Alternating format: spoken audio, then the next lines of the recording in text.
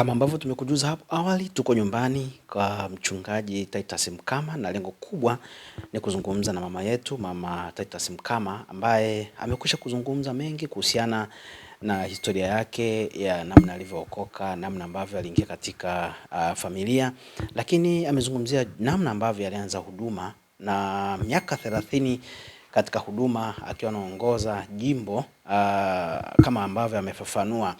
Pengine mama, wakati huo mazingira ya huduma yalikuwaje, ufikaji ulikuwaje, hali ilikuwaje kwa ujumla wake? Hatukuwa na usafiri, tulikuwa tunatumia mabasi. Kwa mfano labda kama tunaenda Bagamoyo itabidi tuende na mabasi, kama unaenda Kisarawe inabidi uende na mabasi, na huku Lindi na Mtwara tulikuwa tunaenda na mabasi. Sehemu ambayo ilikuwa ni ngumu sana kwa mabasi ilikuwa ni Lindi na Mtwara, kwa sababu walikuwa bado hawana barabara, ilikuwa ni barabara za vumbi.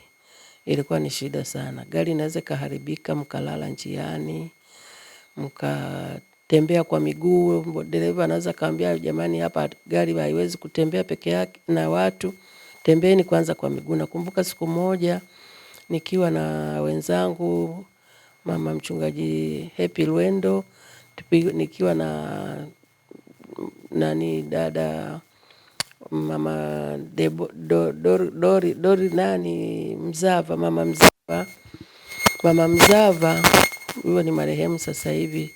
Tulitembea kwa miguu kama kilomita 5 hivi. Kutoka Rufiji mpaka huko katikati kabisa kwenye pori kule, gari hakuna, wanatuambia songeni mbele tutawakuta huko gari limekwama. Kwa hiyo huduma ya Lindi na Mtwara ilikuwa ni ngumu sana, lakini tuliifanya kwa sababu tulikuwa tunamtumikia Mungu.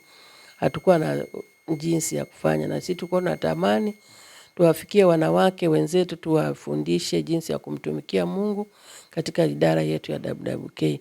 Kwa hiyo tulikuwa tunaenda, tunarudi, tunaenda, tunarudi kila mwaka. Kipindi cha section ikifika tunatembelea section zetu zote na tunaenda vizuri, tunafika, tulikuwa tuna amani tu. Hatukuwa tunalalamika kwa sababu kwamba usafiri ni mgumu. Tunajipanga.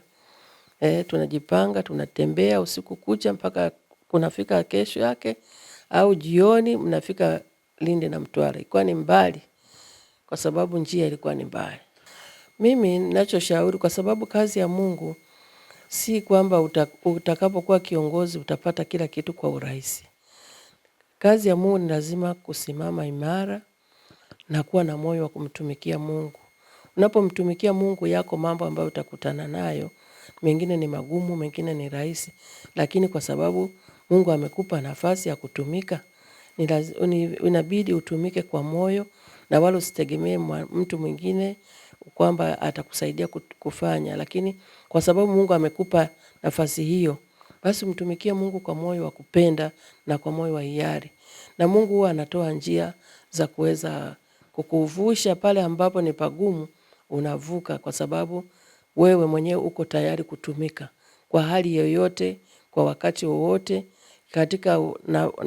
katika matatizo, katika kushindwa, lakini Mungu huwa anawavusha. Hata tukiangalia wanawake wa zamani wakina Debora, hawakufanya kwa urahisi, walifanya kwa shida. Kwa mfano Debora, yeye alikuwa mwanamke mwamuzi, lakini Debora kwa sababu alikuwa ni mwamuzi, alisimama wakati huo anataka kwenda kupigana. Alimwambia Baraka twende, Baraka akasema siwezi kwenda. Lakini akamwambia Baraka akamwambia lazima niende na wewe. Hivi unaweza kuona kama ni kitu cha ajabu, mwanamume anashindwa kwenda, anataka aende na Debora. Lakini baada ya kwenda walishinda.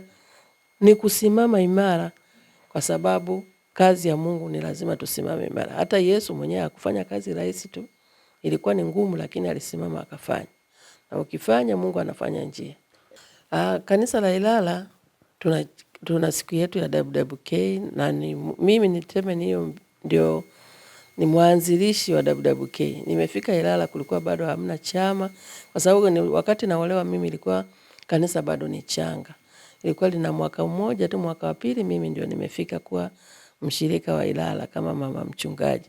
Lakini tulianzisha chama na chama kinaenda vizuri, tumesimama imara, mpaka sasa tuna wanachama wengi ambao wako kanisani.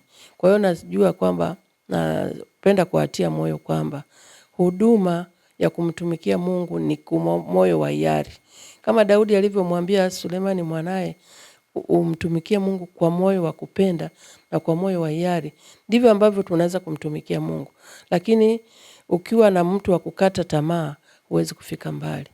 Kazi ya Mungu ni ya kujipa moyo na kujitia nguvu na kusimama imara ukimwangalia Mungu. Ukimwangalia mwanadamu huwezi kufika popote.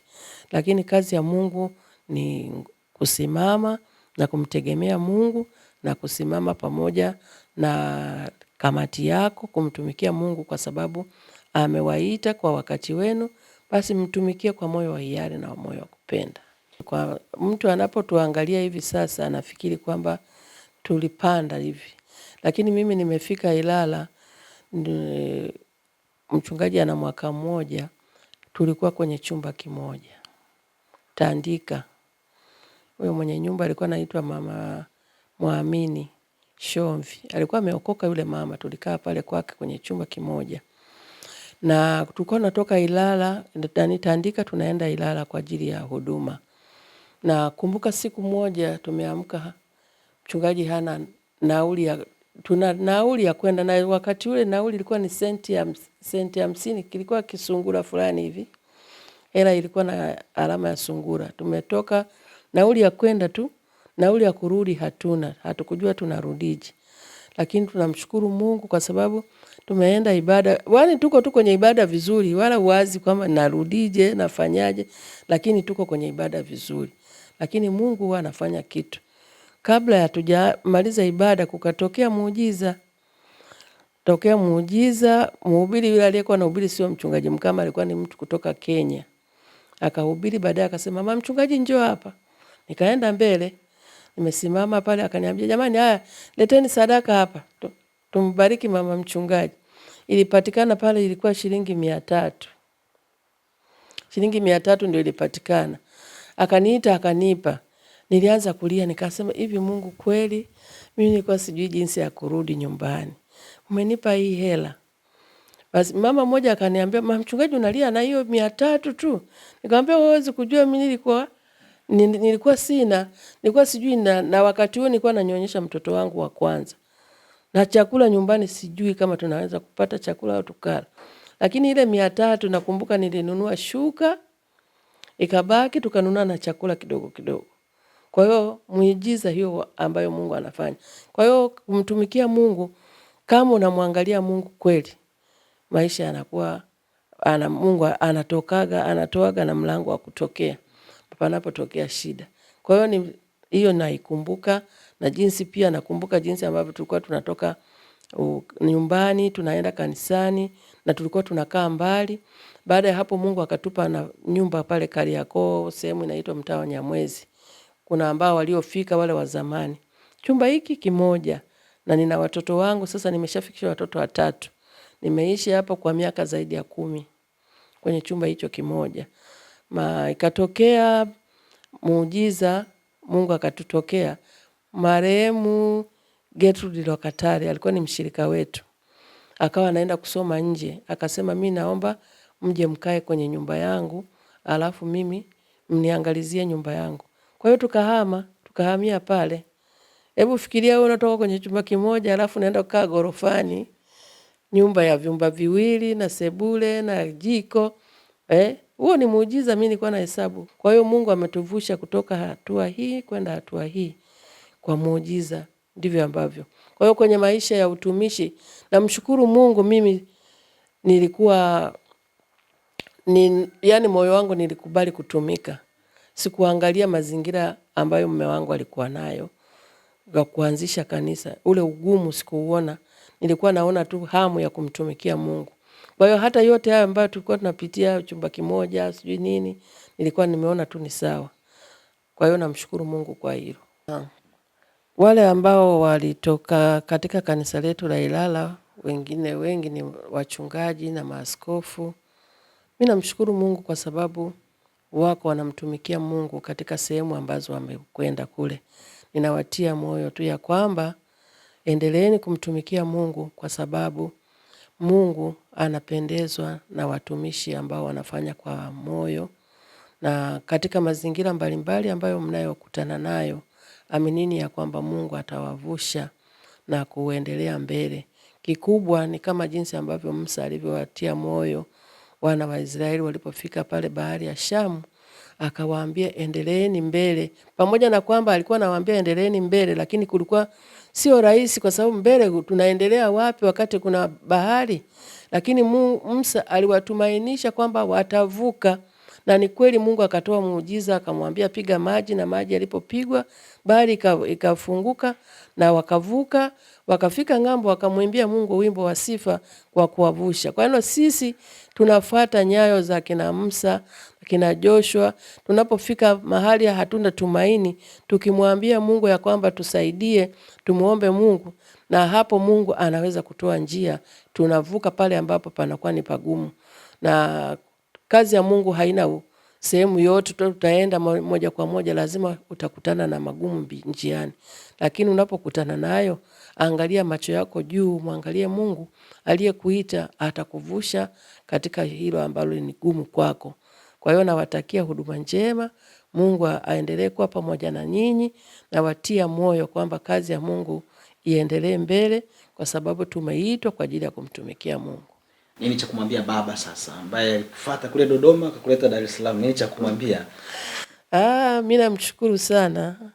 Namshukuru sana kwa sababu baada ya kunioa nimeendelea kumtumikia Mungu pamoja na yeye. Namshukuru kwa maisha haya kwamba tuko vizuri, tunaendelea vizuri kumtumikia Mungu pamoja. Tunazeeka pamoja, tunapendana, tunamshukuru Mungu kwa sababu alinioa, ameniweka mahali hapa. Namwambia asante kwa kunioa, asante kwa kuniweka kwenye huduma pamoja na yeye. Watoto ngapi? Mimi nina watoto 5. Mtoto wa kwanza ni mwanaume, anaitwa Enoch Titus Mkama, na mwingine binti anaitwa Happy Titus Mkama, ila sasa hivi anatumia Ngeni kwa sababu ameolewa na mume wake anaitwa Isaya Ngeni. Na nina binti yangu mwingine anaitwa Rebeka Mkama, na mwingine anaitwa Shadrack Mkama, yeye ni mchungaji, na mwingine wa mwisho anaitwa Dorcas Mkama.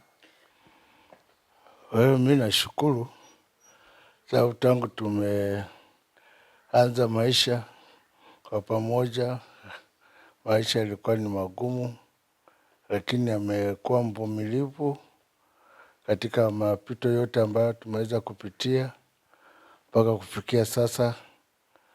Bado amekuwa na moyo wa uvumilivu na pia ule ushirikiano na kujali, na pia kuwa karibu na washirika, hasa kwa upande wa kina mama.